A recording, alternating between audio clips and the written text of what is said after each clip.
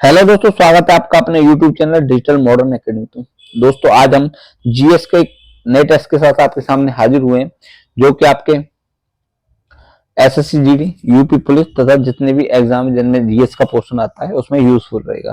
तो हमारा पहला क्वेश्चन है, यूक्रेन में फंसे भारतीय छात्रों एवं नागरिकों को स्वदेश लाने के लिए कौन सा अभियान चलाया गया? ऑपरेशन गंगा, ऑपरेशन विजय, ऑपरेशन स्वदेश या उपरोक्त सभी? बिल्कुल, इसका उत्तर होगा ऑपरेशन गंगा। कौन सा? ऑपरेशन गंगा। हमारा नेक्स्ट क्वेश्चन है, निम्नलिखित में से कौन सा सुमेलित नहीं है? मतलब डांस के बारे में पूछ रहा है, कौन सा सुमेलित नहीं है? यानी ओडिशी ओडिशा का, कथकली केरल का, कुचिपुड़ी आंध्र प्रदेश का, भरतनाट्यम राजस्थान का। तो इसमें से कौन सा जो मेल है वो गलत है, बताइए।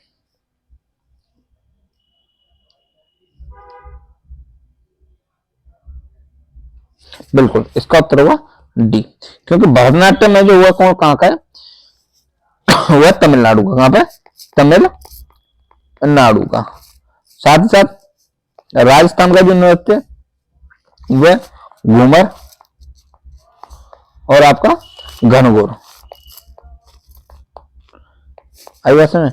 ओडिशा का ओडिसी है ये, आपको पता है। हाँ, केरल का दो, एक तो आपका कथकली यही है, एक है ओणम, साथ ही साथ ओणम के साथ मोहिनी अट्टम, मोहिनी अट्टम, और एक और कलियट्टम अट्टम। कौन सा? कलियट्टम भी कहां का है? आपके केरल का। अब आंध्र प्रदेश का, एक तो कुचिपुड़ी हो गया, एक लिम्बाड़ी है, एक ढिंसा। ढिंसा बहुत पूछा जाता है, ढिंसा, ठीक है। ढिंसा, लिम्बाड़ी,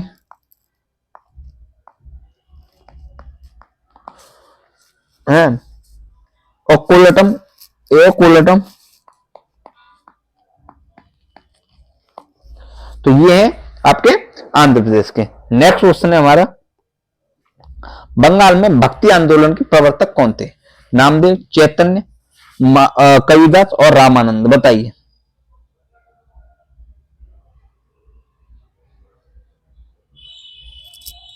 बिल्कुल, चैतन्य महाप्रभु। कौन से? चैतन्य महाप्रभु भक्ति आंदोलन के प्रवर्तक थे। बंगाल में यही गौड़ीय वैष्णववाद के भी प्रवर्तक थे। कौन? गौड़ी, कौन सा? गौड़ीय वैष्णववाद, वैष्णववाद के प्रवर्तक कौन थे? चैतन्य महाप्रभु। नेक्स्ट क्वेश्चन है हमारा, बाल मुरली कृष्ण का संबंध किस वाद्य यंत्र से? बाल मुरली कृष्ण का संबंध किस वाद्य यंत्र से? वायलिन से, वीणा से, तबला से या सितार से? बताइए।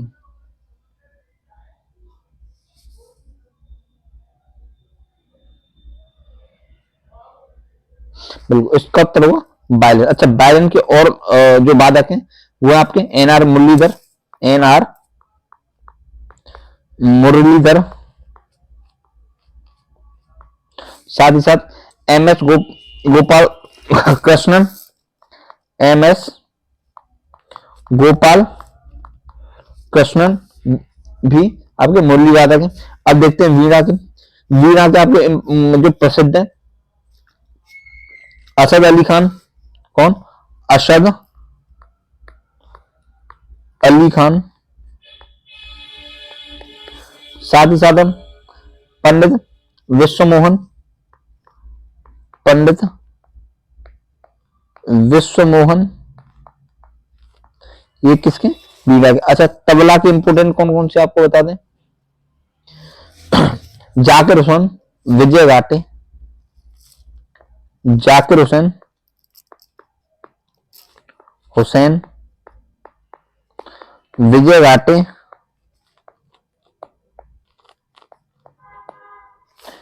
और सितार के आपके उस्ताद विलायत खान, विलायत खान। साथ ही साथ आपके पंडित रविशंकर,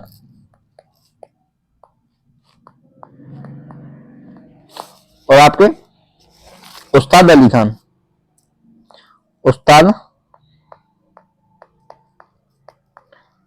अली खान। डी आपके सितार के वादक हैं। नेक्स्ट है हमारा निम्नलिखित सॉरी किसका जन्म दिवस पराक्रम दिवस के रूप में मनाया जाता है या मनाया गया, बताइए। मदन मोहन मालवीय, भगत सिंह, सुभाष चंद्र बोस या तात्या टोपे।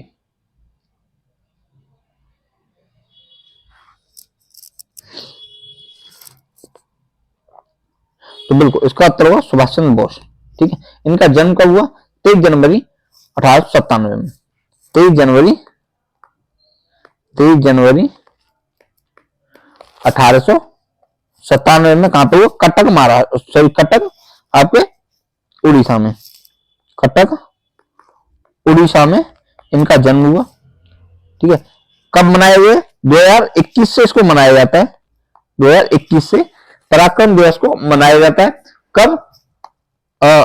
सुभाष चंद्र बोस की 124वीं जयंती पर शुरू किया गया था। ठीक है, अच्छा 1943 में 1943 में सुभाष चंद्र बोस ने आजाद हिंद सरकार की भी स्थापना की थी। आजाद हिंद सरकार की भी स्थापना की थी किसने? सुभाष चंद्र बोस ने। नेक्स्ट है early Hindu temple of Gujarat पुस्तक के लेखक कौन है? Early Hindu temple of Gujarat पुस्तक के लेखक कौन है, बताइए। वरुण मायरा, मतंगराम, केरी फाउंटेन या डगलस स्टुअर्ट, बताइए।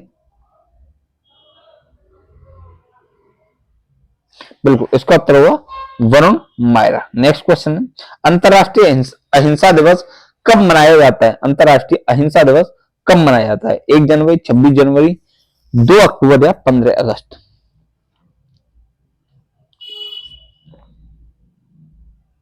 बिल्कुल कब? 2 अक्टूबर को राष्ट्रीय अहिंसा दिवस मनाया जाता है। किसमें? गांधी जी की जयंती पे। ध्यान रखना, गांधी जी की जयंती पर।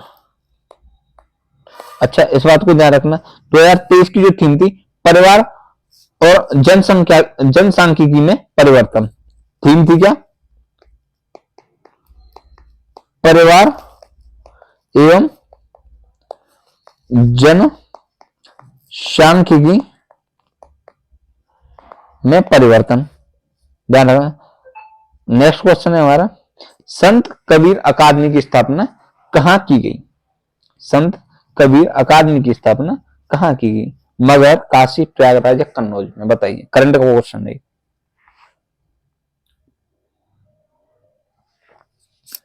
बिल्कुल उत्तर होगा मगध। कब की गई? 5 जून 2022 को। 5 जून 2022 को की गई। ध्यान रखना कहां पे? मगध में। किसके द्वारा? रामनाथ कोविंद द्वारा। नेक्स्ट है रामायण सर्किट के लिए उत्तर प्रदेश में किन स्थानों का विकास किया गया है? देखो रामायण जो आपका अयोध्या वाला जो चल रहा है क्योंकि राम मंदिर का निर्माण हो रहा है, आपको पता ही है सारी चीजें, तो उसके लिए ये क्वेश्चन इंपोर्टेंट भी बनता है। तो कौन कौन से जो स्थल है उनका विकास हो रहा है? चित्रकूट, अयोध्या, श्रृंगवेरपुर या उपरोक्त सभी,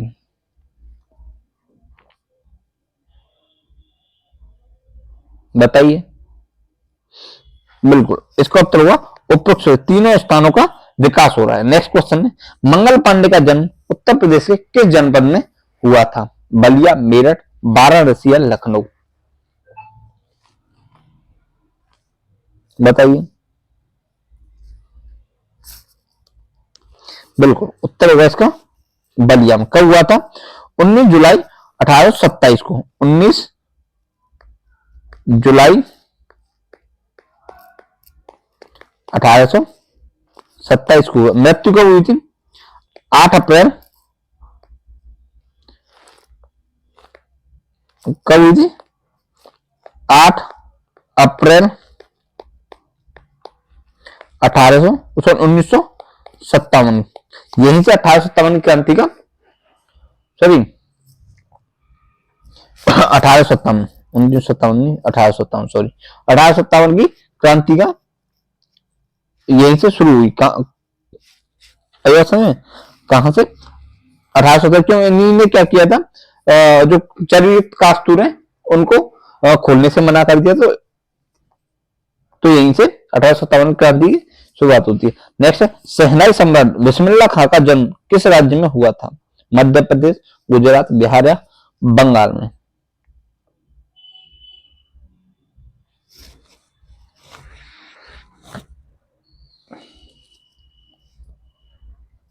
बिल्कुल उत्तर होगा इसका बिहार में। बिहार के स्थान था डुमराव नाम। कौन सा? डुमराव। डुमराव नामक स्थान पर इनका जन्म हुआ था। कब हुआ था? 21 मार्च 1916 को इनका जन्म हुआ था। अच्छा, इनको भारत रत्न मिला था 2001 में, ध्यान रखना, 2001 में भारत रत्न। नेक्स्ट क्वेश्चन, सर्वोच्च न्यायालय ने समुचित पर्यावरण के अधिकार को किस मौलिक अधिकार में शामिल माना है? बताइए। प्राण एवं दैहिक स्वतंत्रता में, समानता का अधिकार, शोषण के विरुद्ध अधिकार या उपयुक्त सभी में? बताइए।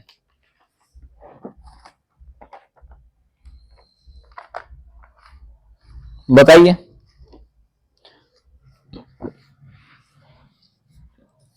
बिल्कुल उत्तर होगा इसका ए, प्राण एवं दैहिक स्वतंत्रता। देखो इसके बारे में मौलिक अधिकारों के बारे में जान लेते हैं।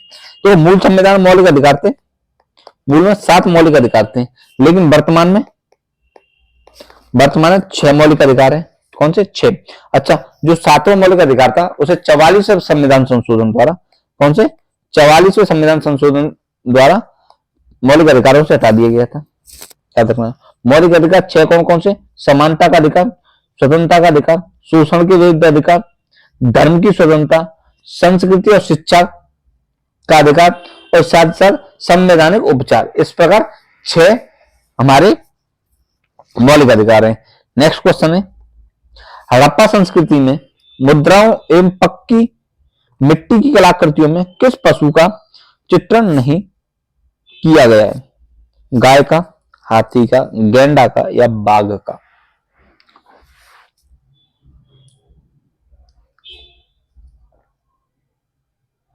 तो बिल्कुल किसका?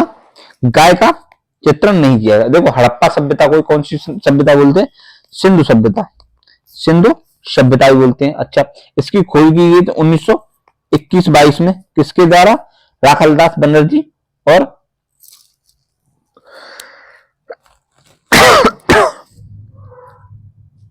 दयाराम साहनी और राखालदास बनर्जी द्वारा सिंधु सभ्यता की या हड़प्पा सभ्यता की खोज की गई थी, ध्यान रखना। अच्छा, जो इसका क्षेत्र है भारत और पाकिस्तान में ये जो सभ्यता फैली हुई है। अच्छा, हड़प्पा सभ्यता कौन सी नदी के तट पर स्थित थी? ये थी आपकी रावी नदी के तट पर। कौन सी? रावी नदी के तट पर। आई बात समझ में? ठीक है। अच्छा, हड़प्पा जो वासी थे उनकी जो भाषा थी वो थी आपकी प्रोटो द्राविड़ीय। कौन सी? प्रोटो द्राविड़ीय, याद रखना, उनकी भाषा थी। नेक्स्ट क्वेश्चन है, होगेन कल जलप्रपात किस नदी के तट पर स्थित है? होगेन कल जलप्रपात कौन सी नदी के तट पर? बताइए। कृष्णा के, पेरियार के, गोदावरी के, कावेरी नदी के तट पर? बताइए चारों में से।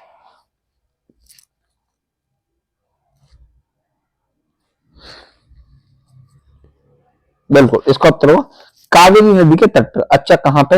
ये तमिलनाडु और कर्नाटक की सीमा पर स्थित है। अच्छा, याद रखना। और जो कहां पे? तमिलनाडु और कर्नाटक की सीमा पर स्थित है। किसमें? कावेरी नदी पे स्थित है। अच्छा, कावेरी नदी के बारे में देख लेते हैं। कावेरी नदी का जो उद्गम स्थल है वो ताला कावेरी नामक स्थान से, जो कि कर्नाटक में स्थित है। कहां पे? ताला कावेरी नामक स्थान से इसका उद्गम होता है, जिसकी लंबाई है 805 किलोमीटर। कहां कहां बहती है? ये तमिलनाडु और कर्नाटक 2 राज्यों में ही बहती है, ध्यान रखना। कौन सी? कावेरी नदी। नेक्स्ट है, संविधान के किस अनुच्छेद के अंतर्गत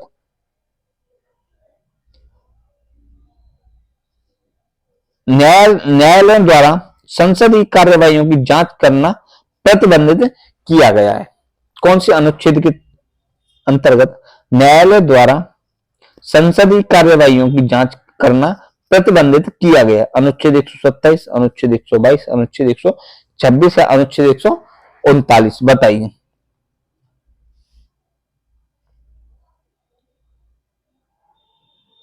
बताइए। बिल्कुल, इसका उत्तर होगा अनुच्छेद 122 द्वारा। नेक्स्ट क्वेश्चन है हमारा, भारतीय संविधान का अभिभावक द्वारा पढ़ते हैं, भारतीय संविधान का अभिभावकत्व निहित है किसमें? राष्ट्रपति में, लोकसभा में, सर्वोच्च न्यायालय में या मंत्रिमंडल में? बताइए।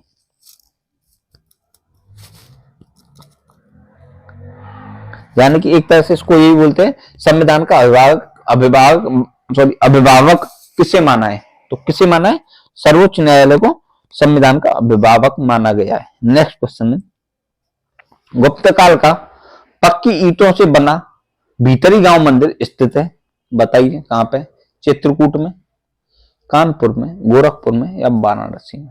भीतरी गांव मंदिर बहुत बार क्वेश्चनों में आया, बहुत एग्जाम में क्वेश्चन आया, तो बताइए इसका उत्तर। बिल्कुल, इसका उत्तर हो कानपुर। कानपुर के भीतर गांव नामक स्थान पे ये भीतरी गांव जो है मंदिर, ये ईंटों से बना हुआ मंदिर है, ध्यान रखना।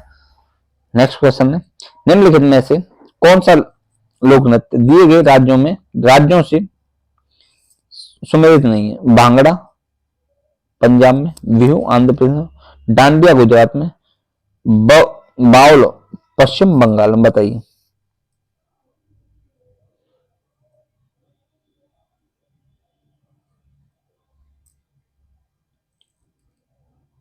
बिल्कुल, ये उत्तर इसका बी। एक्चुअली बिहू असम का है। कहां का? असम का है। आंध्र प्रदेश का आपका कुचिपुड़ी, ध्यान रखना, कुचिपुड़ी। नेक्स्ट क्वेश्चन है हमारा, लेटराइट मिट्टी का निर्माण हेतु उत्तरदायी है? बताइए। जलोढ़ का निक्षेपण, लोयस का निक्षेपण, सहन वनस्पति अवतरण, सहन वानस्पतिक आवरण या अपक्षालन एवं केश का क्रिया? बताइए। पहले तो जो लेटराइट मिट्टी है इसके बारे में जान लेते हैं, इसका निर्माण कैसे? देखो, अधिक वर्षा होने के कारण लिंचिंग क्रिया यानी केश की क्रिया के द्वारा किसका निर्माण होता है? आपकी लेटराइट मिट्टी का। तो उत्तर होगा इसका डी। अच्छा, ये मिट्टी कहां पाई जाती है? ये मिट्टी उष्णकटिबंधीय या उपोष्णकटिबंधीय क्षेत्रों में पाई जाती है। कहां पे?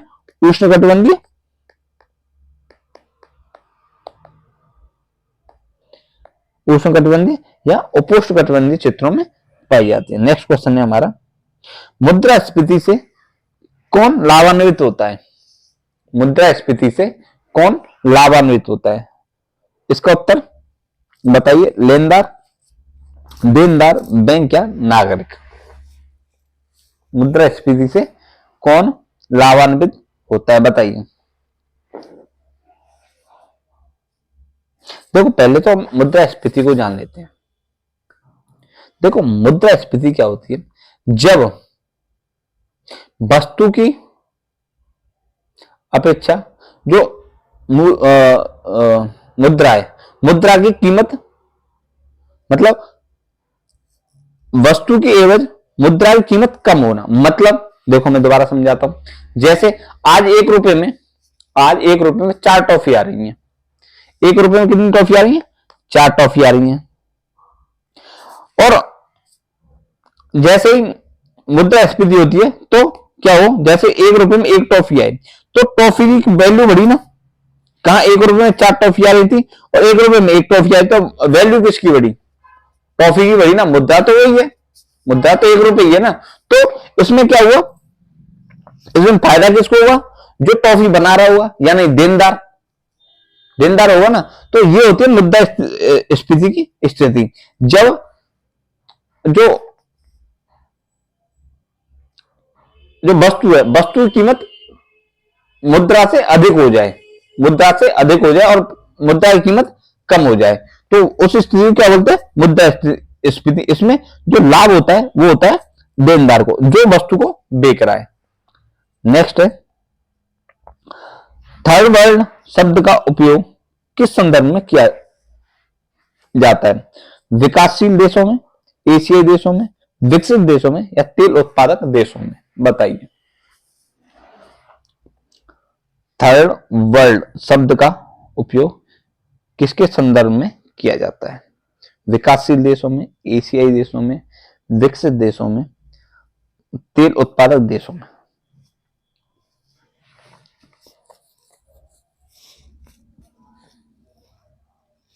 देखो क्या होता है शीत युद्ध के दौरान, शीत युद्ध मतलब क्या होता है, देखो जैसे द्वितीय विश्व युद्ध समाप्त होता है, द्वितीय विश्व युद्ध समाप्त होता है तो संयुक्त राज्य अमेरिका और सोवियत संघ के बीच में क्या होता है, तनाव उत्पन्न हो जाता है।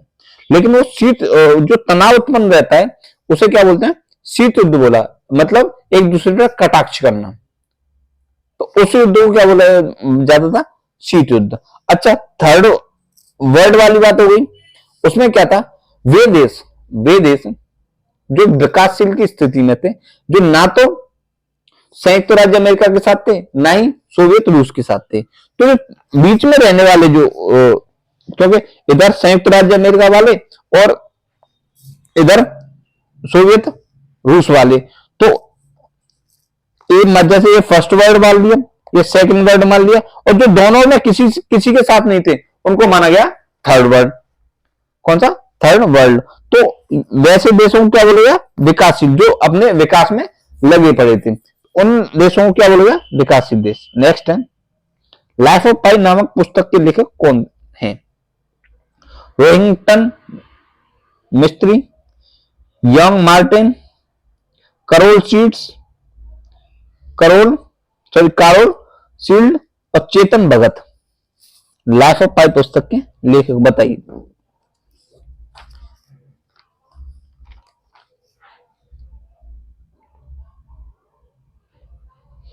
देखो एक मूवी आई थी 2012 में, लाइफ ऑफ पाई, नाम सुना होगा, जिसके निर्देशक थे कौन थे, एंगली, सॉरी कौन थे, एंगली थे, एंग ली। इस जो मूवी थी उसके निर्देशक थे।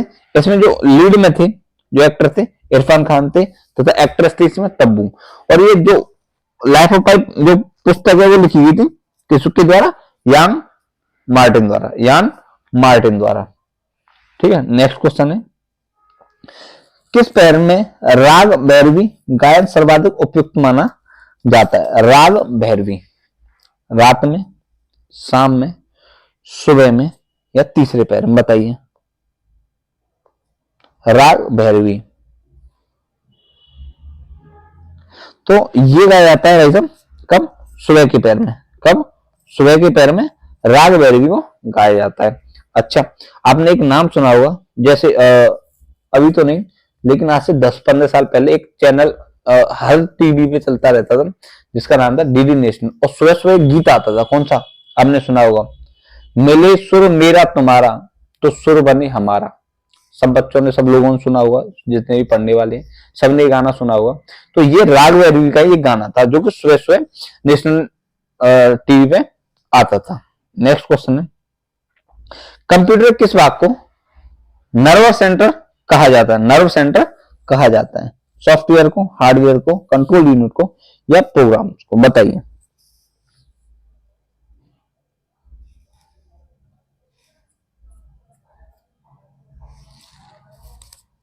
बिल्कुल उत्तर होगा इसका, कंट्रोल यूनिट को नर्व सेंटर कहा जाता है। अच्छा इसके कंट्रोल यूनिट के कार्य क्या होते हैं, जैसे इनपुट, आउटपुट तथा कोई निर्देश होते हैं। ठीक है, इंस्ट्रक्शनों को कोड करना, डिकोड करना। ठीक है, ये जो कंट्रोल यूनिट है ये सीपीयू का पार्ट होता है, किसका, सीपीयू का पार्ट होता है। ठीक है, ये प्राइमरी, इसका काम और क्या होगा, प्राइमरी स्टोरेज में डेटा को स्थानांतरित करना, प्राइमरी स्टोरेज में डेटा को स्थानांतरित करने का कार्य कौन करता है? कंट्रोल यूनिट करता है, ध्यान रखना। नेक्स्ट है 2011 की जनगणना के अनुसार भारत में निम्नलिखित में राज्यों में से अधिक जनघनत्व वाला राज्य कौन सा है? अधिक जनघनत्व वाला राज्य कौन सा है? बताइए। पश्चिम बंगाल, केरल, उत्तर प्रदेश या बिहार? सर्वाधिक जनघनत्व,